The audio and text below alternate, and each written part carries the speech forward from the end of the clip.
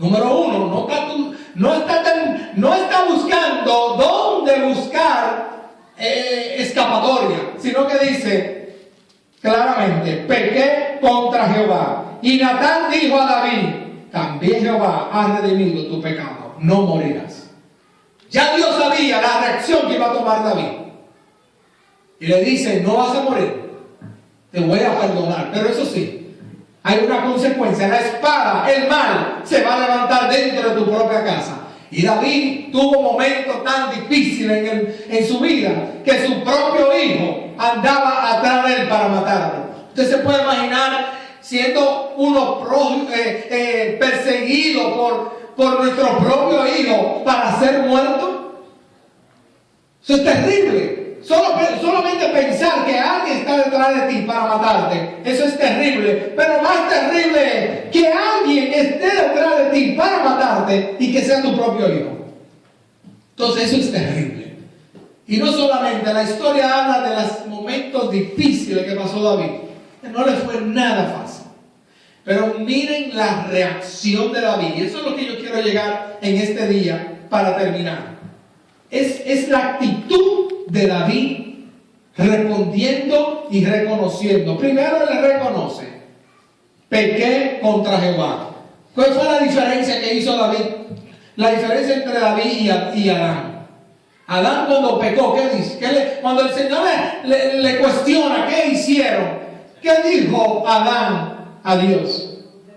La mujer que tú me dices. Le echó la culpa a la mujer rápido. Hoy en día los hombres se han quedado echándole la culpa siempre a la mujer. Eso por ahí que viene todo esto. Pero ¿qué hizo David? No le echó la culpa a nadie. ¿Qué hizo? Pequé contra Jehová. Reconoció. Y la reacción de él, ahora sí me gustaría que abrieran su Biblia en Salmo 51. Aquí lo describe detalladamente las palabras de Dios, de David hacia Dios, reconociendo, arrepintiéndose, buscando la reconciliación con Dios. Y Dios le da el perdón y la reconciliación, porque Dios trabaja con todo aquel que reconoce quién realmente son. ¿Cuánto decimos amén a esto? Amén. Entonces, miren Salmo 51, especialmente versículos 2, 3, 4 y 5. Y después brincamos al 12. Para que vean la reacción. La reacción de David fue: lávame más y más de mi maldad. Salmo 51, 2. Lávame más y más de mi maldad. ¿Qué está haciendo él ahí? Está reconociendo que hay ¿qué? Maldad. ¿En qué? En él. Entonces en su corazón él reconoce que hay maldad. Nosotros tenemos que reconocer que si nosotros lo descuidamos, nuestra mente nos lleva a hacer ¿qué? Maldades. Y en nuestro corazón, nuestra carne, puede surgir ciertas maldades hacia otro. Y nosotros tenemos que tener cuidado. Dice la Biblia en el Nuevo Testamento que no se ponga el sol sobre su cabeza, porque de repente puede venir una ira y tomar una acción en contra de otro, que después entonces te causa ¿qué?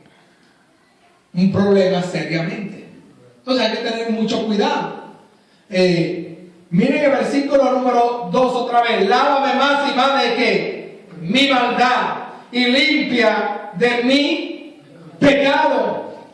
Está reconociendo que hay maldad y hay pecado en la vida de David. Cuando el hombre reconoce públicamente o en secreto con Dios y reconoce que hay maldad en él, hay pecado en él, Dios lo perdona, Dios lo limpia, Dios lo restaura, Dios lo levanta, Dios lo salva, Dios lo hace grandes cosas con la vida del hombre. Cuando un alcohólico, para ser curado del alcoholismo, lo primero que tiene que hacer es ¿qué? Reconocer que es ¿qué? Alcohólico. Si un drogadicto quiere ser sanado de droga y de la adicción que tiene, lo primero que tiene que hacer es reconocer que está en esa condición para entrar dentro de un tratamiento para ser limpiado y lavado. En este caso, David reconoce que es pecador, que hay maldad en su corazón, y él se arrepiente y lo reconoce. Miren la actitud de un hombre que falló. Hoy usted y yo hemos pecado. Sea con una mirada, sea con un mal pensamiento, sea con algo que debemos de estar haciendo y no lo hemos hecho, no hemos cumplido con Dios, con nuestras promesas hacia Dios, no lo hemos cumplido. En cualquier cosa podemos fácilmente fallarle a Dios. El punto que Dios quiere que tú y yo hagamos es que reconozcamos nuestro error. Amén.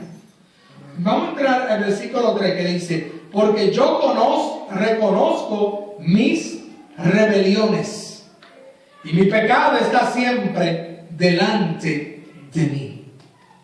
Un hombre que tiene ahora mismo, en el tiempo que él falló, no tenía los pies sobre la tierra, como dice un buen refrán.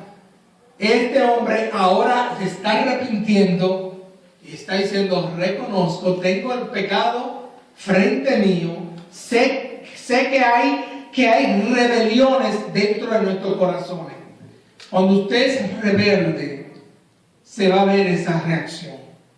¿Cómo? Cuando usted y yo no escuchamos la voz de Dios. Cuando Dios nos habla en su palabra y nos dice qué debemos de hacer, ¿qué actitud tomaremos? ¿Humildemente bajo obediencia o una rebeldía diciéndole a Dios que no? Eso depende de cada uno de nosotros. Entonces, mi querido hermano, David estaba en esa actitud, arrepintiéndose. Miren el versículo 5. He aquí, en maldad he sido formado, y en pecado me concibió mi madre. El pecado no comienza después que un niño nazca y pasen unos años, entonces que comienza. No, el pecado tampoco comienza cuando el niño ya es un adolescente o que está ya en madurez.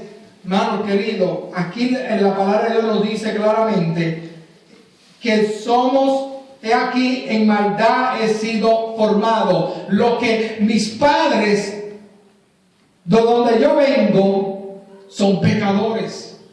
Y dice la Biblia que en maldad he sido formado y en pecado me concibió mi madre. Antes de yo nacer, ya yo era un pecador.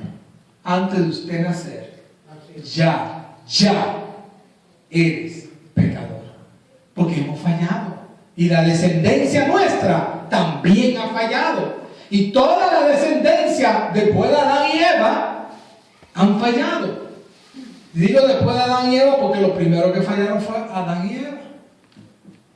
Pero venimos de esa misma descendencia. David está reconociendo sinceramente que él es un pecador y se está humillando delante de Dios. Dice la palabra del Señor en el versículo 12: vuélveme el gozo de tu salvación y espíritu noble me sustente.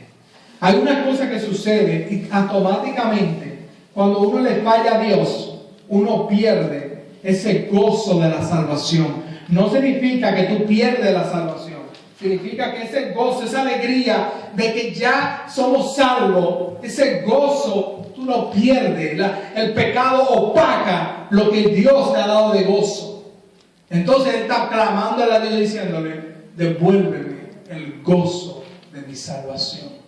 Esa palabra, devuelve el gozo de mi salvación, tiene que ver con enseñanza, tiene que ver con obediencia.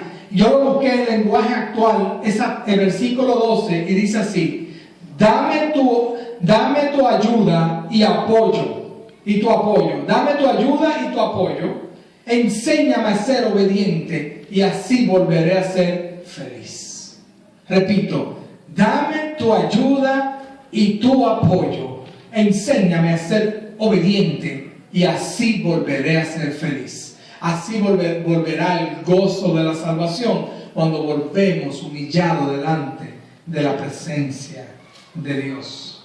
Me gozo porque el versículo 17 dice: los sacrificios de Dios son el espíritu quebrantado, al corazón contrito y humillado no despreciarás tú, oh Dios. Un corazón contrito y humillado, oigan esto, Dios no desprecia. Hay algo que Dios no puede hacer, es ese. Él no desprecia a un corazón que se humilla, a un corazón que viene humilde.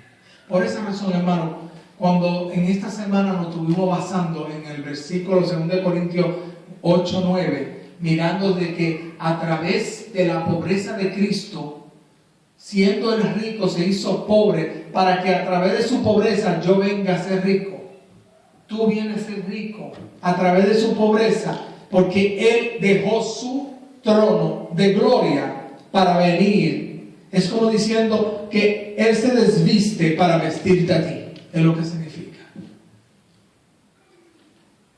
Que Dios nos bendiga. Que Dios nos enseñe siempre a mirar quién realmente somos.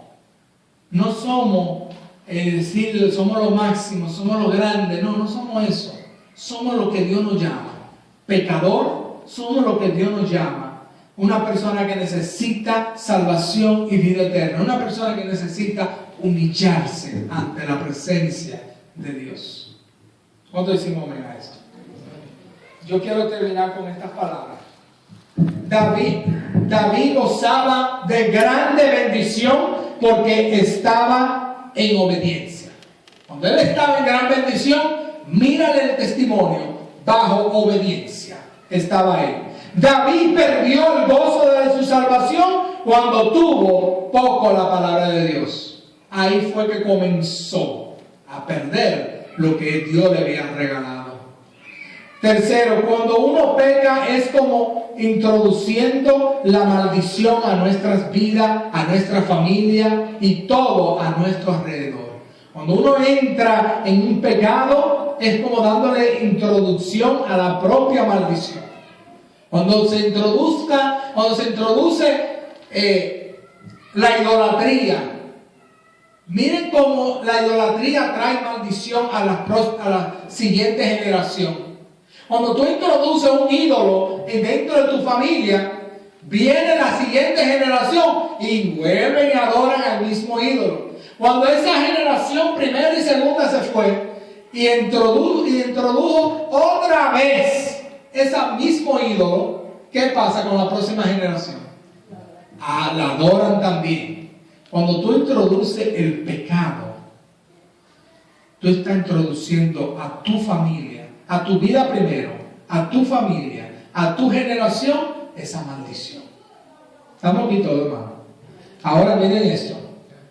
Y cuarto, asimismo, cuando uno introduce a Jesucristo a nuestro corazón, es como introduciendo la bendición de nuestra vida, de nuestra familia y de todo a nuestro alrededor. Por eso dice la Biblia, la palabra de Dios, y ellos dijeron, creer en el Señor Jesucristo y serás salvo tú y tu casa.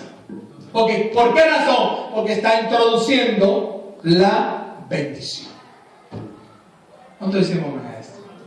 Introduce la bendición a tu vida. Y cuando el pecado llega a tu vida, abogado tenemos como el Padre, a Jesucristo. No es para que siga pecando, sino para que remueva eso, te corrija, reconozca, como hizo David, te humilles y sigue caminando. Hoy usted y yo, lo único que tenemos que hacer es lo que hizo David, en la actitud de David. Reconoció su error, se humilló y comenzó a caminar nuevamente.